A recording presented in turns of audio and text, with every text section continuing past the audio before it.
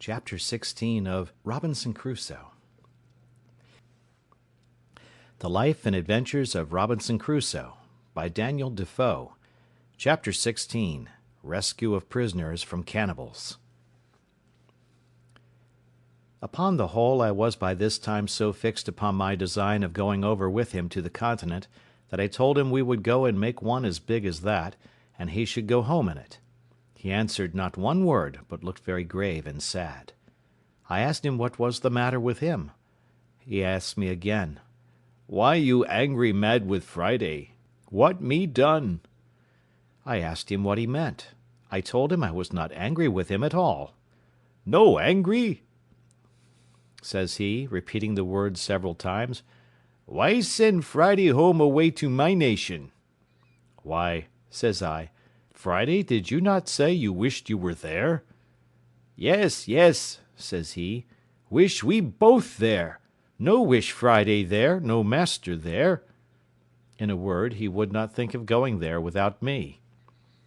"I go there Friday?" says I. "What shall I do there?" He turned very quick upon me at this. "You do great deal much good," says he. "You teach wild mans be good, sober, tame mans. You tell them know God, pray God, and live new life." "Alas, Friday," says I, "thou knowest not what thou sayest. I am but an ignorant man myself." "Yes, yes," says he, "you teachee me good, you teachee them good." "No, no, Friday," says I, "you shall go without me. Leave me here to live by myself, as I did before." He looked confused again at that word, and running to one of the hatchets which he used to wear, he takes it up hastily and gives it to me. "What must I do with this?" says I to him. "You take kill Friday," says he. "What must I kill you for?" said I again. He returns very quick. "What you send Friday away for? Take kill Friday, no send Friday away." This he spoke so earnestly that I saw tears stand in his eyes.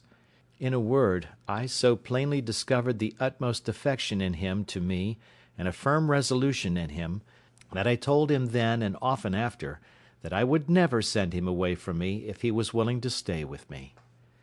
Upon the whole, as I found by all his discourse a settled affection to me, and that nothing could part him from me, so I found all the foundation of his desire to go to his own country was laid in his ardent affection to the people, and his hopes of my doing them good, a thing which, as I had no notion of myself, so I had not the least thought or intention or desire of undertaking it. But still I found a strong inclination to attempting my escape, founded on the supposition gathered from the discourse that there were 17 bearded men there, and therefore, without any more delay, I went to work with Friday to find out a great tree proper to fell, and make a large periagua, or canoe, to undertake the voyage. There were trees enough in the island to have built a little fleet, not of periaguas or canoes, but even of good large vessels, but the main thing I looked at was, to get one so near the water that we might launch it when it was made, to avoid the mistake I committed at first.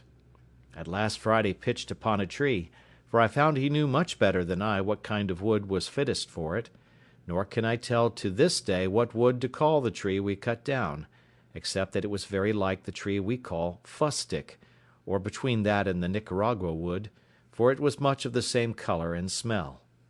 Friday wished to burn the hollow or cavity of this tree out, to make it for a boat, but I showed him how to cut it with tools, which, after I had showed him how to use, he did very handily, and in about a month's hard labour we finished it and made it very handsome, especially when, with our axes, which I showed him how to handle, we cut and hewed the outside into the true shape of a boat. After this, however, it cost us near a fortnight's time to get her along, as it were inch by inch, upon great rollers into the water, but when she was in, she would have carried 20 men with great ease. When she was in the water, though she was so big, it amazed me to see with what dexterity and how swift my man Friday could manage her, turn her, and paddle her along. So I asked him if he would, and if we might venture over in her. "Yes," he said, "We venture over in her very well, though great blow wind." However, I had a further design that he knew nothing of, and that was, to make a mast and a sail, and to fit her with an anchor and cable. As to a mast, that was easy enough to get, so I pitched upon a straight young cedar tree, which I found near the place, and which there were great plenty of in the island, and I set Friday to work to cut it down, and gave him directions how to shape and order it. But as to the sail, that was my particular care. I knew I had old sails, or rather pieces of old sails, enough, but as I had had them now 26 years by me, and had not been very careful to preserve them, not imagining that I should ever have this kind of use for them, I did not doubt but they were all rotten, and indeed most of them were so. However, I found 2 pieces which appeared pretty good, and with these I went to work, and with a great deal of pains, and awkward stitching, you may be sure, for want of needles, I at length made a 3-cornered ugly thing, like what we call in England a shoulder of mutton sail, to go with a boom at bottom, and a little short sprit at the top, such as usually our ship's longboats sail with, and such as I best knew how to manage, as it was such a one as I had to the boat in which I made my escape from Barbary, as related in the first part of my story. I was near 2 months performing this last work, that is, rigging and fitting my masts and sails, for I finished them very complete, making a small stay and a sail or foresail to it, to assist if we should turn to windward, and, what was more than all, I fixed a rudder to the stern of her to steer with. I was but a bungling shipwright, yet as I knew the usefulness and even necessity of such a thing, I applied myself with so much pains to do it, that at last I brought it to pass, though, considering the many dull contrivances I had for it that failed, I think it cost me almost as much labour as making the boat. After this was done, I had my man Friday to teach as to what belonged to the navigation of my boat. Though he knew very well how to paddle a canoe, he knew nothing of what belonged to a sail and a rudder, and was the most amazed when he saw me work the boat to and again in the sea by the rudder, and how the sail jibbed and filled this way or that way as the course we sailed changed. I say, when he saw this, he stood like one astonished and amazed. However, with a little use, I made all these things familiar to him, and he became an expert sailor, except that of the compass I could make him understand very little. On the other hand, as there was very little cloudy weather, and seldom or never any fogs in these parts, there was the less occasion for a compass, seeing the stars were always to be seen by night, and the shore by day, except in the rainy seasons, and then nobody cared to stir abroad either by land or sea. I was now entered on the 27th year of my captivity in this place, though the 3 last years that I had this creature with me ought rather to be left out of the account, my habitation being quite of another kind than in all the rest of the time.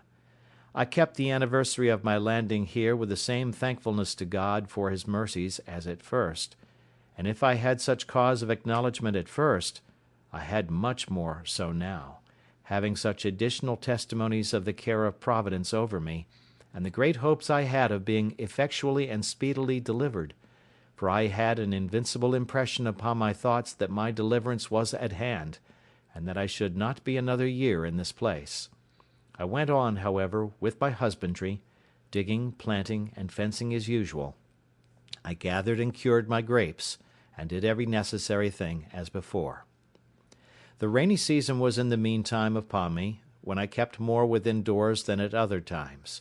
We had stowed our new vessel as secure as we could, bringing her up into the creek, where, as I said in the beginning, I landed my rafts from the ship, and hauling her up to the shore at high water mark, I made my man Friday dig a little dock, just big enough to hold her, and just deep enough to give her water enough to float in, and then, when the tide was out, we made a strong dam across the end of it to keep the water out. And so she lay, dry as to the tide from the sea, and to keep the rain off we laid a great many boughs of trees, so thick that she was as well thatched as a house, and thus we waited for the months of November and December, in which I designed to make my adventure. When the settled season began to come in, as the thought of my design returned with the fair weather, I was preparing daily for the voyage. and the first thing I did was to lay by a certain quantity of provisions, being the stores for our voyage, and intended in a week or a fortnight's time to open the dock and launch out our boat. I was busy one morning upon something of this kind, when I called to Friday, and bid him to go to the seashore and see if he could find a turtle or a tortoise, a thing which we generally got once a week, for the sake of the eggs as well as the flesh.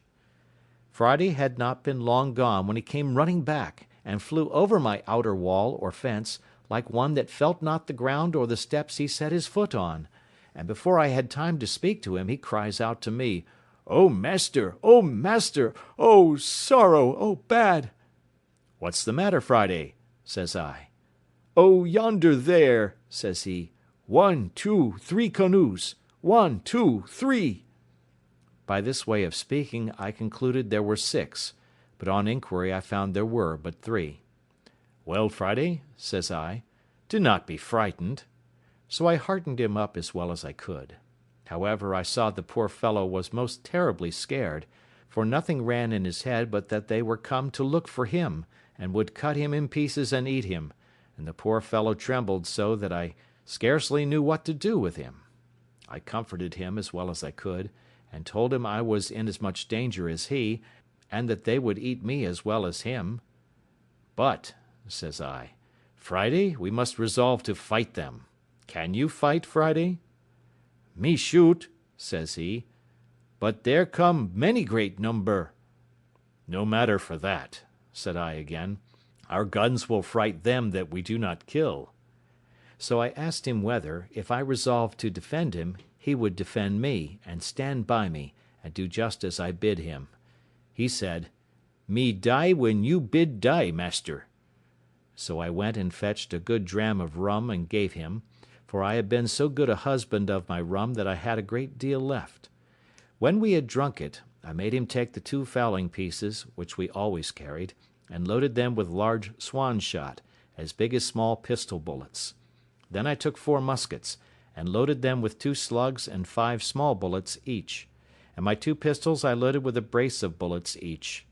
I hung my great sword, as usual, naked by my side, and gave Friday his hatchet. When I had thus prepared myself, I took my perspective glass, and went up to the side of the hill, to see what I could discover, and I found quickly by my glass that there were 21 savages, 3 prisoners, and 3 canoes, and that their whole business seemed to be the triumphant banquet upon these 3 human bodies, a barbarous feast indeed. But nothing more than, as I had observed, was usual with them. I observed also that they had landed, not where they had done when Friday made his escape, but nearer to my creek, where the shore was low, and where a thick wood came almost close down to the sea. This, with the abhorrence of the inhuman errand these wretches came about, filled me with such indignation that I came down again to Friday, and told him I was resolved to go down to them and kill them all, and asked him if he would stand by me. He had now got over his fright, and his spirits being a little raised with the dram I had given him, he was very cheerful, and told me, as before, he would die when I bid die. In this fit of fury I divided the arms which I had charged, as before, between us. I gave Friday 1 pistol to stick in his girdle, and 3 guns upon his shoulder, and I took 1 pistol and the other 3 guns myself, and in this posture we marched out. I took a small bottle of rum in my pocket, and gave Friday a large bag with more powder and bullets, and as to orders, I charged him to keep close behind me, and not to stir, or shoot, or do anything till I bid him, and in the meantime not to speak a word. In this posture I fetched a compass to my right hand of near a mile, as well to get over the creek as to get into the wood, so that I could come within shot of them before I should be discovered, which I had seen by my glass it was easy to do. While I was making this march, my former thoughts returning, I began to abate my resolution. I do not mean that I entertained any fear of their number, for as they were naked, unarmed wretches, it is certain I was superior to them, nay, though I had been alone. But it occurred to my thoughts what call, what occasion, much less what necessity I was in to go and dip my hands in blood, to attack people who had neither done or intended me any wrong. who, as to me, were innocent, and whose barbarous customs were their own disaster, being in them a token, indeed, of God's having left them, with the other nations of that part of the world, to such stupidity, and to such inhuman courses, but did not call me to take upon me to be a judge of their actions, much less an executioner of his justice, that whenever he thought fit he would take the cause into his own hands, and by national vengeance punish them as a people for national crimes. But that, in the meantime, it was none of my business; that it was true Friday might justify it, because he was a declared enemy and in a state of war with those very particular people, and it was lawful for him to attack them; but I could not say the same with regard to myself. These things were so warmly pressed upon my thoughts all the way as I went, that I resolved I would only go and place myself near them that I might observe their barbarous feast, and that I would act then as God should direct, but that unless something offered that was more a call to me than yet I knew of, I would not meddle with them. With this resolution I entered the wood, and with all possible wariness and silence, Friday following close at my heels, I marched till I came to the skirts of the wood on the side which was next to them, only that one corner of the wood lay between me and them. Here I called softly to Friday, and showing him a great tree which was just at the corner of the wood, I bade him go to the tree, and bring me word if he could see there plainly what they were doing. He did so, and came immediately back to me, and told me they might be plainly viewed there, that they were all about their fire, eating the flesh of one of their prisoners, and that another lay bound upon the sand a little from them, whom he said they would kill next, and this fired the very soul within me. He told me it was not one of their nation, but one of the bearded men he had told me of, that came to their country in the boat. I was filled with horror at the very naming of the white bearded man, and going to the tree I saw plainly by my glass a white man, who lay upon the beach of the sea with his hands and feet tied with flags, or things like rushes, and that he was a European, and had clothes on. There was another tree and a little thicket beyond it, about 50 yards nearer to them than the place where I was, which, by going a little way about, I saw I might come at undiscovered, and that then I should be within half a shot of them; so I withheld my passion, though I was indeed enraged to the highest degree, and going back about 20 paces, I got behind some bushes, which held all the way till I came to the other tree, and then came to a little rising ground, which gave me a full view of them at the distance of about 80 yards. I had now not a moment to lose, for 19 of the dreadful wretches sat upon the ground, all close huddled together, and had just sent the other two to butcher the poor Christian, and to bring him perhaps limb by limb to their fire, and they were stooping down to untie the bands at his feet. I turned to Friday. "Now, Friday," said I, "do as I bid thee." Friday said he would. "Then, Friday," says I, "do exactly as you see me do, fail in nothing." So I set down one of the muskets and the fowling piece upon the ground, and Friday did the like by his, and with the other musket I took my aim at the savages, bidding him to do the like. Then asking him if he was ready, he said, "Yes." "Then fire at them," said I, and at the same moment I fired also. Friday took his aim so much better than I, that on the side that he shot he killed 2 of them, and wounded 3 more, and on my side I killed 1 and wounded 2. They were, you may be sure, in a dreadful consternation, and all of them that were not hurt jumped upon their feet, but did not immediately know which way to run, or which way to look, for they knew not from whence their destruction came. Friday kept his eyes close upon me, that, as I had bid him, he might observe what I did. So, as soon as the first shot was made, I threw down the piece, and took up the fowling piece, and Friday did the like. He saw me cock and present. He did the same again. "Are you ready, Friday?" said I. "Yes," says he. "Let fly, then," says I, "in the name of God." And with that I fired again among the amazed wretches, and so did Friday; and as our pieces were now loaded with what I call swan shot, or small pistol bullets, we found only 2 drop, but so many were wounded that they ran about yelling and screaming like mad creatures, all bloody, and most of them miserably wounded, whereof 3 more fell quickly after, though not quite dead.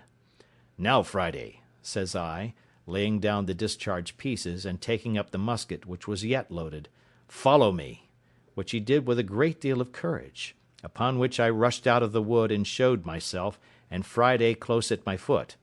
As soon as I perceived they saw me, I shouted as loud as I could, and bade Friday do so too, and running as fast as I could, which, by the way, was not very fast, being loaded with arms as I was, I made directly towards the poor victim, who was, as I said, lying upon the beach or shore, between the place where they sat and the sea.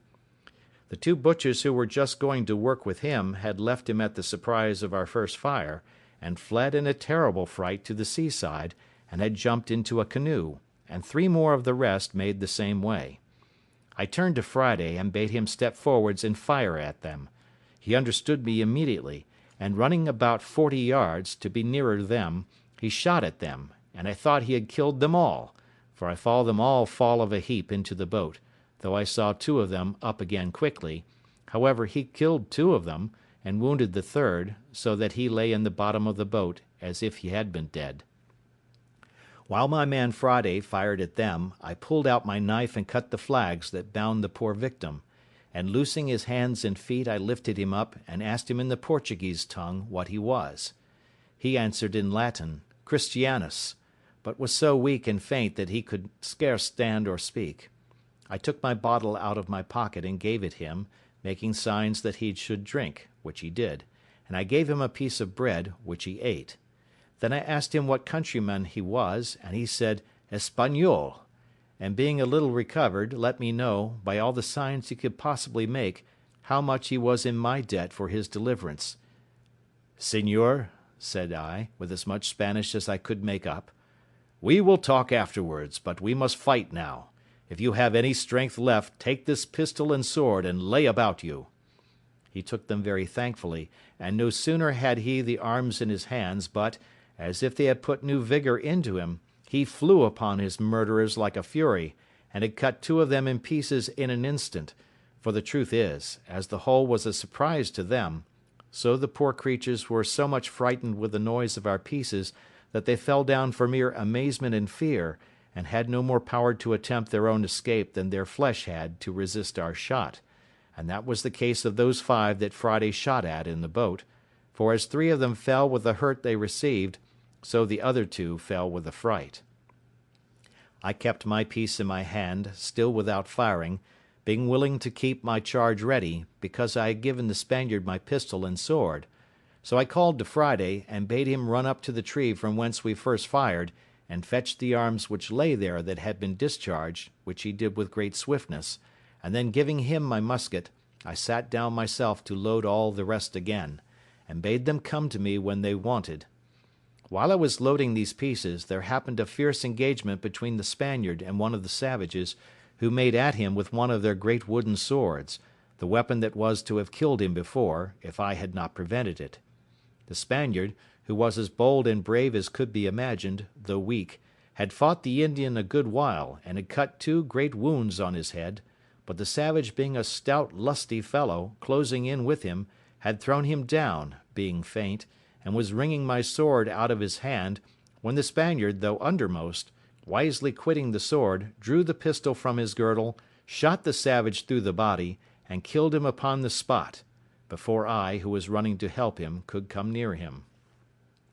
Friday, being now left to his liberty, pursued the flying wretches, with no weapon in his hand but his hatchet, and with that he dispatched those 3, who, as I said before, were wounded at first, and fallen, and all the rest he could come up with. And the Spaniard coming to me for a gun, I gave him one of the fowling pieces, with which he pursued 2 of the savages, and wounded them both; but as he was not able to run, they both got from him into the wood, where Friday pursued them, and killed one of them, but the other was too nimble for him, and though he was wounded, yet had plunged himself into the sea, and swam with all his might off to those 2 who were left in the canoe, which 3 in the canoe, with 1 wounded, that we knew not whether he died or no, were all that escaped our hands of 1 in 20.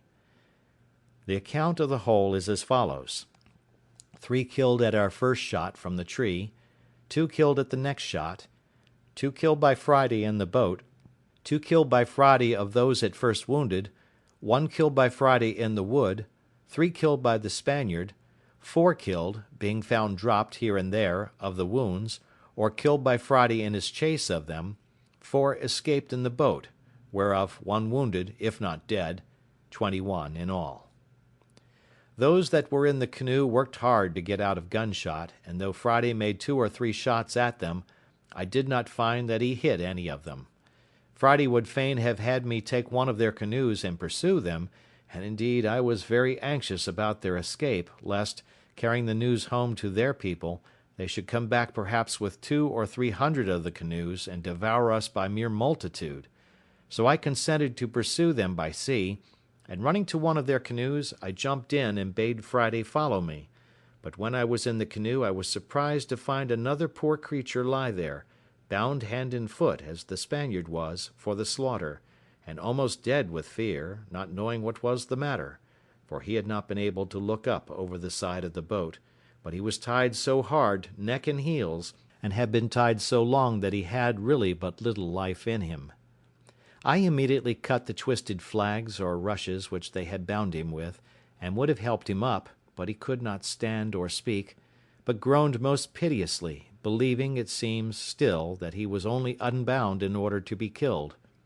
When Friday came to him, I bade him speak to him, and tell him of his deliverance, and pulling out my bottle, made him give the poor wretch a dram, which, with the news of his being delivered, revived him, and he sat up in the boat.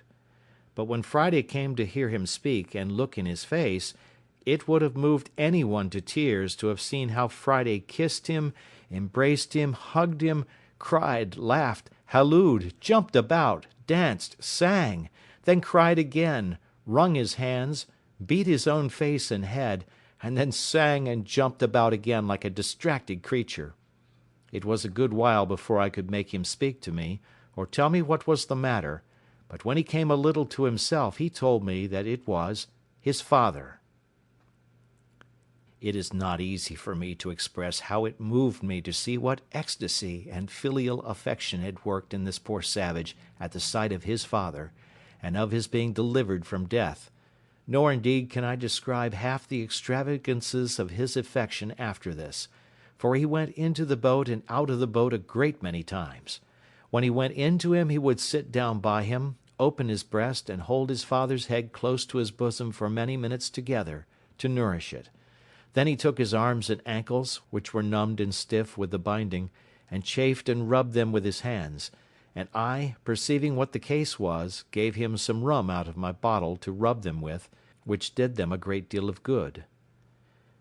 This affair put an end to our pursuit of the canoe with the other savages, who were now almost out of sight, and it was happy for us that we did not, for it blew so hard within 2 hours after, and before they could be got a quarter of their way, and continued blowing so hard all night, and that from the northwest, which was against them, that I could not suppose their boat could live, or that they ever reached their own coast.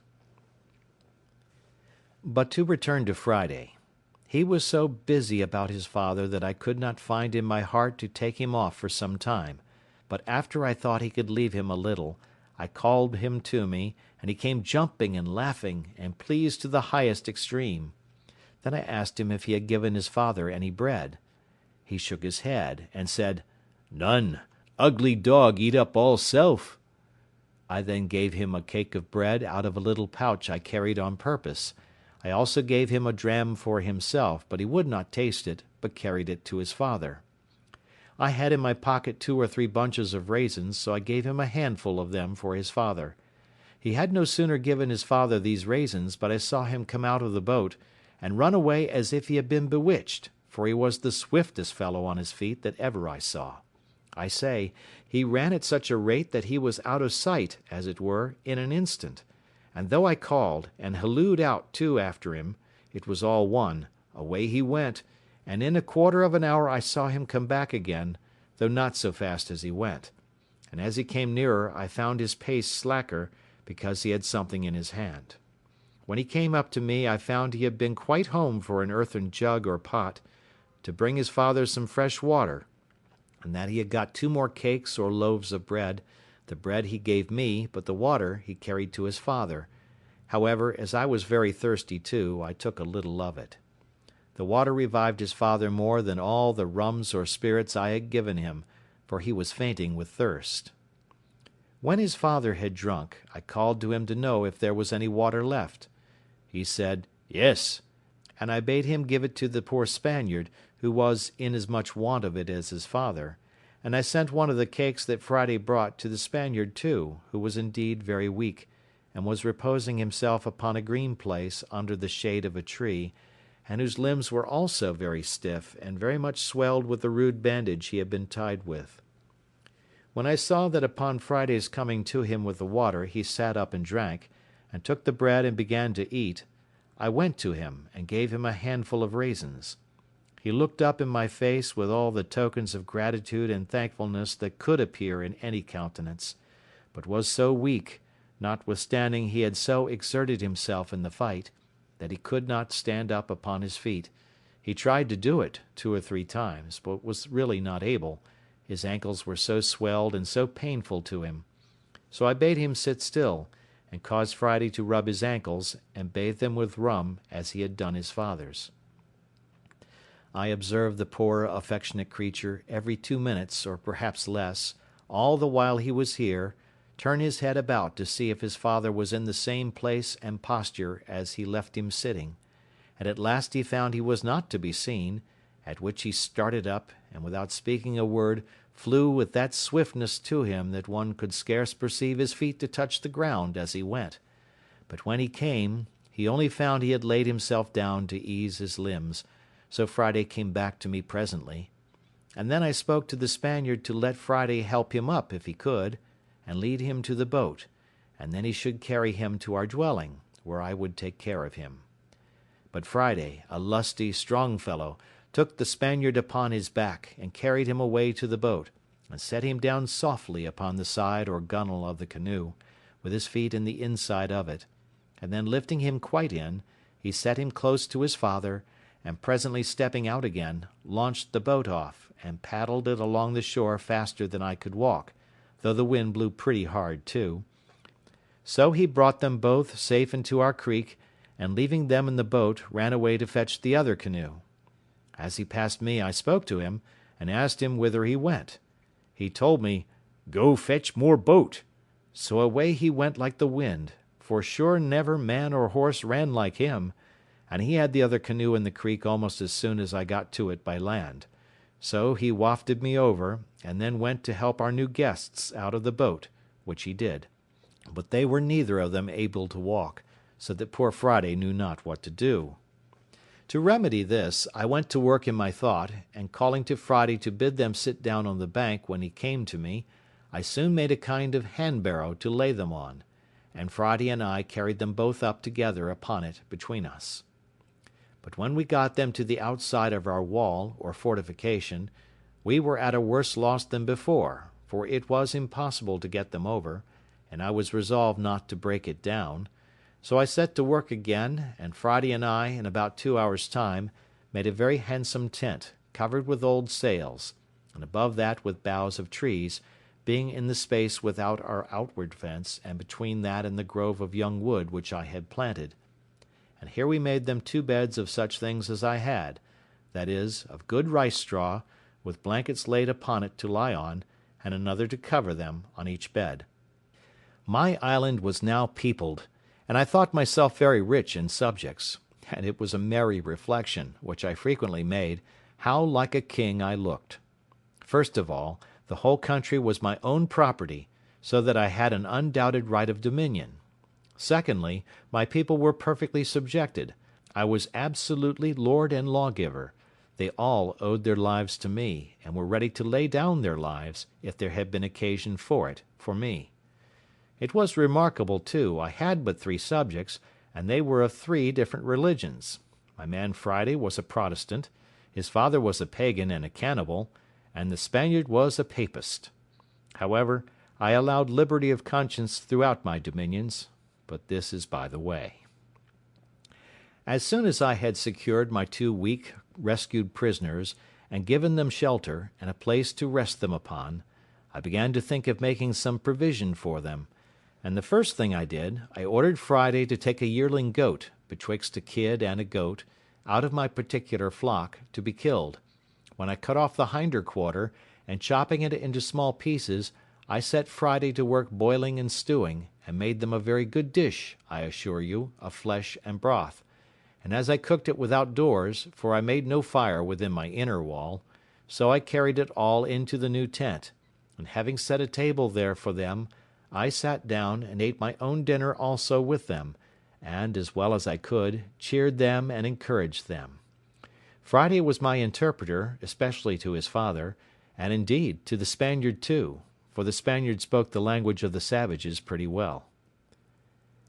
After we had dined, or rather supped, I ordered Friday to take one of the canoes, and go and fetch our muskets and other firearms, which, for want of time, we had left upon the place of battle, and the next day I ordered him to go and bury the dead bodies of the savages, which lay open to the sun, and would presently be offensive.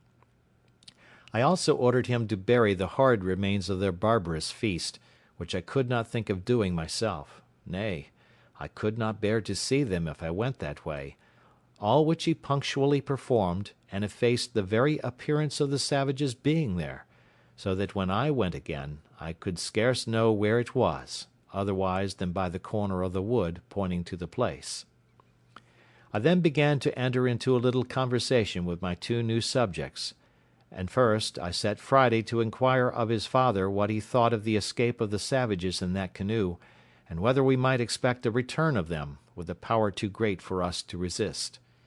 His first opinion was, that the savages in the boat never could live out the storm which blew that night they went off, but must of necessity be drowned, or driven south to those other shores, where they were as sure to be devoured as they were to be drowned if they were cast away.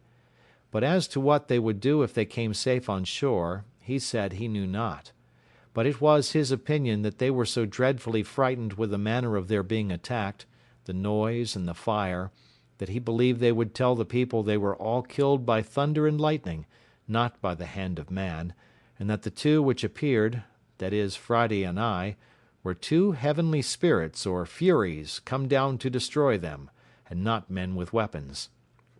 This, he said, he knew, because he heard them all cry out so, in their language, one to another, for it was impossible for them to conceive that a man could dart fire, and speak thunder, and kill at a distance, without lifting up the hand, as was done now; and this old savage was in the right, for as I understood since, by other hands, the savages never attempted to go over to the island afterwards, they were so terrified with the accounts given by those 4 men, for it seems they did escape the sea, that they believed whoever went to that enchanted island would be destroyed with fire from the gods.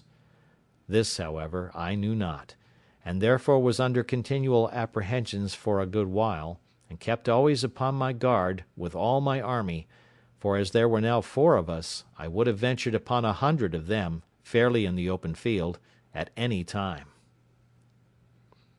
End of chapter 16.